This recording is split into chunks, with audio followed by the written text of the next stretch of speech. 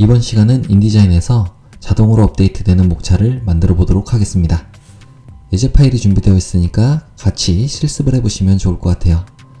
자, 먼저 실습 파일을 열어주시게 되면은 아마 폰트가 없다고 경고창이 나오는 분들이 많으실 거예요. 그러면 여러분들의 컴퓨터에 설치되어 있는 다른 폰트를 설정하셔도 됩니다. 만약에 똑같이 진행하고 싶으시면은 제가 아래쪽에 링크를 걸어 드릴 테니까 해당 폰트를 다운로드 받고 설치하신 다음에 다시 실행시켜 주시면 경고창이 사라질 거예요. 자, 먼저 이 파일을 둘러보면은 단락 스타일 부분에, 자, 이 단락 스타일 안 보이시면 위쪽에 창에서 스타일에서 찾으시면 되겠죠? 이 단락 스타일을 열어주시면 문단, 섹션, 챕터, 제목이라고 해서 이미 제가 스타일을 적용한 예제들이 준비가 되어 있어요. 자, 이런 스타일들은 여러분들이 직접 더블 클릭해서 여기서 따로 들여쓰기 및 간격이라든지 이런 거를 조절해 주시면 되겠죠? 그리고 아래쪽에 있는 건 마스터 페이지에서 페이지 넘버링을 해준 거예요. 자, 다시 일반 페이지로 와서 보시면, 자, 타이틀 다음에 우리는 플러스를 눌러서 이 두 번째 페이지, 빈 페이지를 만들어줘서 여기다가 목차를 만들어 보겠습니다. 자, 목차를 만드는 방법은 간단한데요. 위쪽에 레이아웃에 목차라는 메뉴가 있어요. 이걸 눌러주시면 저는 제목은 그대로 목차로 두겠습니다. 자, 이 목차에서 아래쪽에 스타일이 단락 스타일 포함이라고 나와 있는 이 부분이 있어요. 자, 이게 말하는 게 뭐냐면 어떤 스타일이 여러분들의 목차, 그 페이지가 되냐, 이걸 정하는 건데요. 자, 일단 저는 제목은 제일 큰 제목이었으니까 챕터 안에 섹션이 있잖아요. 그래서 챕터를 여기 아래쪽에서 찾아서 챕터를 추가해 주겠습니다. 이 챕터 안에는 섹션이 하나, 두 개인 것도 있고 세 개인 것도 있고 이래요. 그래서 저는 섹션도 같이 추가를 해줄 거예요. 이렇게 챕터를 선택했을 땐 아래쪽에 레벨이 1이고요. 그 다음에 두 번째 섹션을 선택하면 레벨이 2가 됩니다. 첫 번째로는 챕터를 다시 선택해 주시고 항목 스타일이 동일한 스타일이라는 거는 우리 챕터라는 부분에 적용된 스타일을 그대로 갖다 쓰겠다는 얘기예요.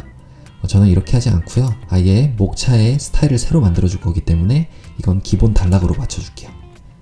그리고 항목과 번호 사이가 있는데 이 부분은 지워주셔도 됩니다. 자, 지우고 항목하고, 이 항목은 조금 있다가 제목이 될 건데 제목과 페이지가 어디에 위치하냐 이걸 나타내는 건데요. 항목과 번호 사이에 이 화살표를 눌러서 오른쪽 들여쓰기 탭을 눌러주시면 여러분들이 일반적인 책에서 보는 왼쪽에는 어떤 제목 같은 게 있고 그 다음에 오른쪽 편에는 페이지 넘버링이 되어 있는 거, 그런 목차 많이 보셨죠? 그런 식으로 진행이 되겠다는 얘기예요.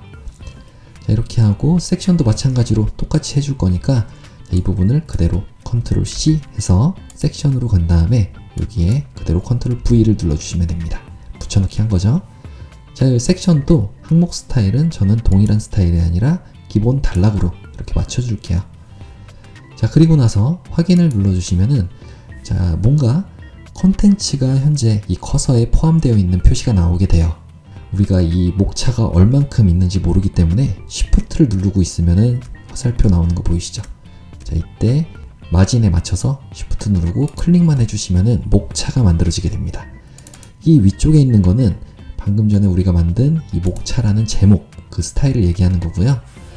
그 다음에 이 아래쪽에 있는 게 바로 기본 단락으로 설정했기 때문에 이렇게 나오는 거예요.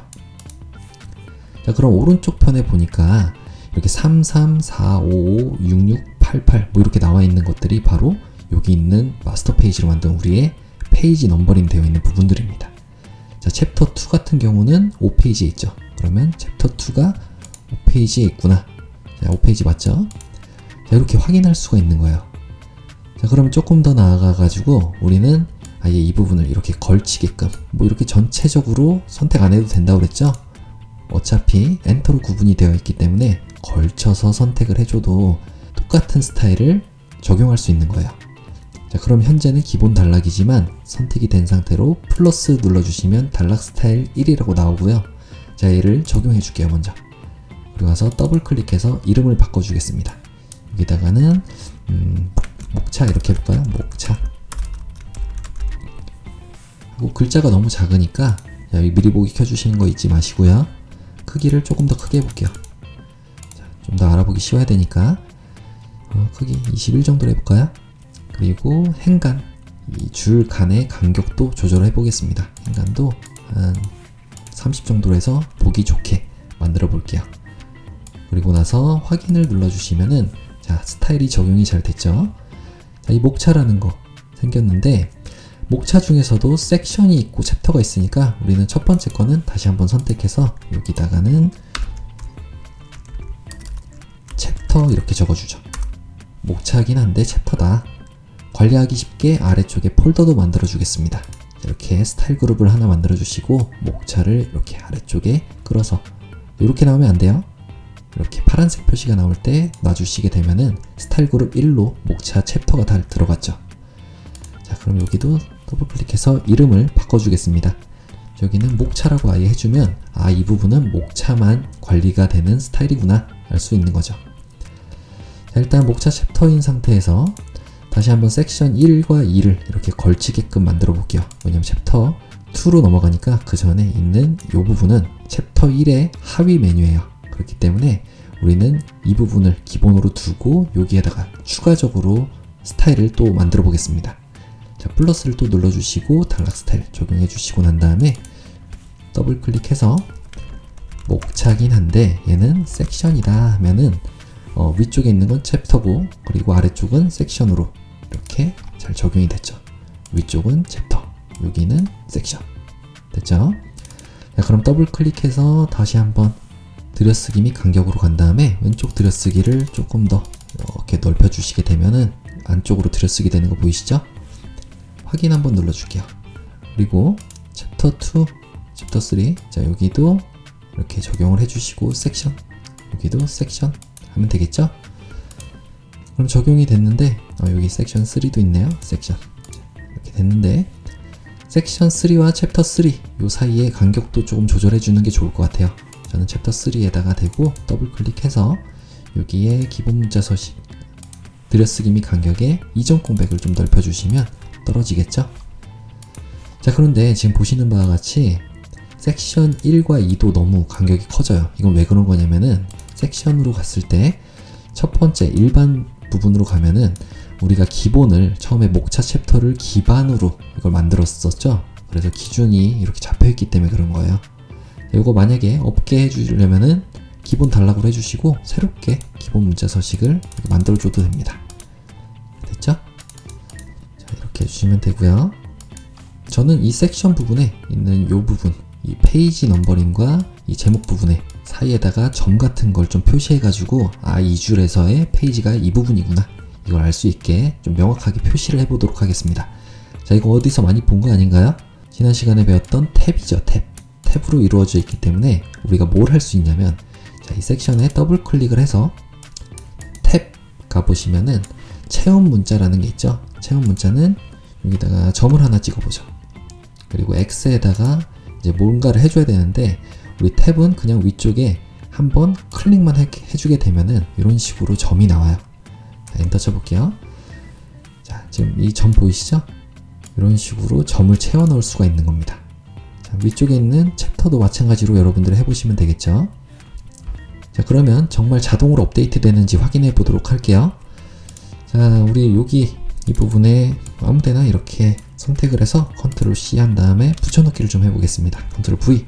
좀 페이지가 넘어가는 거죠. 이렇게 넘어갔고 또 아래쪽도 그냥 아무데나 이런 본문을 복사를 해서 그냥 붙여넣기를 막 해보세요. 그럼 페이지가 막 넘어갈 거 아니에요. 여기도 붙여넣기 하고 여기도 뭐 붙여넣기 하고. 자, 플러스 나왔죠? 자, 여기 플러스 한번 눌러서 새로운 페이지 만들고 빨간색 플러스가 나왔다는 얘기는 넘쳐나는 텍스트가 있다는 얘기니까 이 부분을 클릭해서 얼만큼 있는지 모르잖아요.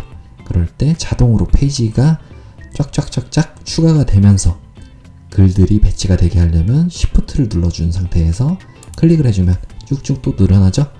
그럼 우리가 기존에 있던 페이지는 9페이지였지만 지금은 12페이지가 됐죠. 한 페이지는 이 목차를 만드는 데 썼고 2페이지는 자동으로 늘어난 거예요.